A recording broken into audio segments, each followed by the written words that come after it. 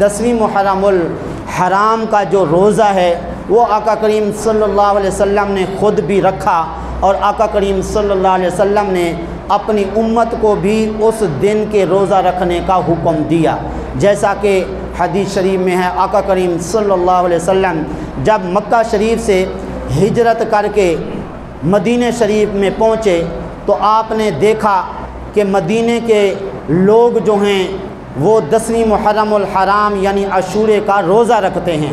آپ صلی اللہ علیہ وسلم نے پوچھا ان یہودیوں سے کہ تم جو ہے اس دن کا روزہ کیوں رکھتے ہو؟ انہوں نے بتایا کہ اس دن ہمارے نبی حضرت موسیٰ علیہ السلام کو فرعون اور اس کے ساتھیوں سے اللہ نے نجات دے دی تھی، ہم اس کے شکریہ میں یہ روزہ رکھتے ہیں۔ آقا کریم صلی اللہ علیہ وسلم نے فرمایا اچھا تم اس دن کا روزہ رکھتے ہو اس نعمت پر شکریہ ادا کرتے ہوئے کہ اللہ نے حضرت موسیٰ علیہ السلام کو فرعونیوں سے نجات دے دی، اس کے تو ہم زیادہ حقدار ہیں۔ آقا کریم صلی اللہ علیہ وسلم نے پھر عاشورے کے دن کا روزہ رکھنے کا خود بھی پروگرام بنایا، حضور نے خود بھی روزہ رکھا اور اپنے صحابہ کرام کو بھی روزہ رکھنے کا حکم دیا۔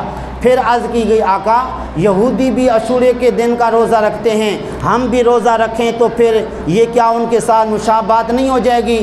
آپ نے تو فرمایا ہے کہ جس قوم کے ساتھ کوئی مشابہت اختیار کرتا ہے وہ اسی قوم میں سے ہوتا ہے، تو یہ یہودی لوگ جو ہیں 10ویں محرم الحرام کا روزہ رکھتے ہیں، ہم بھی روزہ رکھیں تو پھر فرق تو نہیں رہے گا۔ آقا کریم صلی اللہ علیہ وسلم نے فرمایا چلے آئندہ جو ہے 9ویں کا بھی روزہ ساتھ رکھا کریں گے۔ تو اس طرح اگر 10ویں محرم الحرام کا روزہ رکھیں تو ساتھ 9ویں کا بھی رکھیں، اگر 9ویں کا نہیں رکھ سکتے تو پھر 11ویں کا ساتھ روزہ رکھ لیں تاکہ ان یہودیوں کے ساتھ مشابہت نہ ہو۔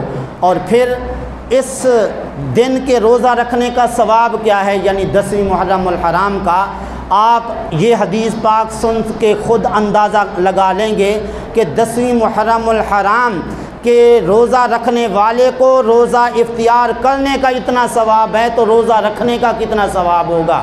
آقا کریم صلی اللہ علیہ وسلم نے فرمایا من فطر مؤمنا یوم عاشورا، جس نے عاشورے کے دن کسی مومن کا روزہ اختیار کر لیا اور اس کو روزہ چھڑوایا، اس کا روزہ اختیار کرایا، فرمایا فَكَأَنَّمَا افطار عندہ جمیع امت محمد صلی اللہ علیہ وسلم واشبع بطونہم، کہ 10ویں محرم الحرام کے دن روزہ اختیار کرانے والے کو اتنا ثواب ملتا ہے کہ وہ ایسے ہے جیسے اس نے حضور کی پوری امت کا روزہ اختیار کرایا ہے اور ان کو پیٹ بھر کے کھانا کھلایا۔